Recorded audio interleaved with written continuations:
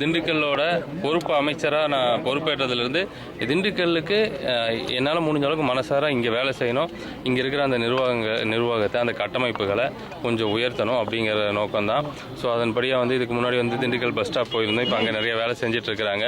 அதே மாதிரி பார்த்தீங்கன்னா இப்போ இங்கே வையாபுரி குளம் போய் பார்த்துட்டு வந்தேன், அதை மறுபடியும் சரி பண்ணணும். அந்த குளத்தை வந்து ஏன்னா பழனிங்கிறது தமிழ்நாட்டில் ரொம்ப அதிக வருமானம் வரக்கூடிய ஒரு தலம், அது சுற்றுலா தலமாகவும் சொல்லக்கூடிய அளவுக்கு அந்த பழனியை வந்து தரம் உயர்த்தணும். ஏன்னா பழனி கோயிலுக்கு பல கோடிக்கணக்கான பேர் நம்ம தமிழ்நாடு மட்டும் இல்லாமல் வெளிநாடுகளிலிருந்தும் நம்ம பழனி கோயிலுக்கு வராங்க, வெளி மாநிலங்களிலிருந்து வராங்க.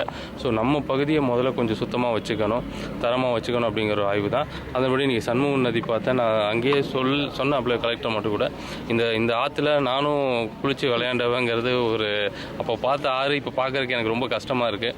ஸோ எங்கள் கையில் தமிழக வெற்றி கழகத்துடைய கையில் அதிகாரம் இருக்கும்போது இந்த மாவட்டத்துக்கான அடிப்படை திட்டங்கள் எல்லாத்தையும் கொண்டு வரணும்னு ஆசைப்படுறோம். அதுதான் அடிக்கடி ஏற்படுது. நீங்கள் ஆய்வு பண்ணும்போதே உள்ள மின்சாரம் இல்லாமல் இருந்தது ஆஃபீஸில்.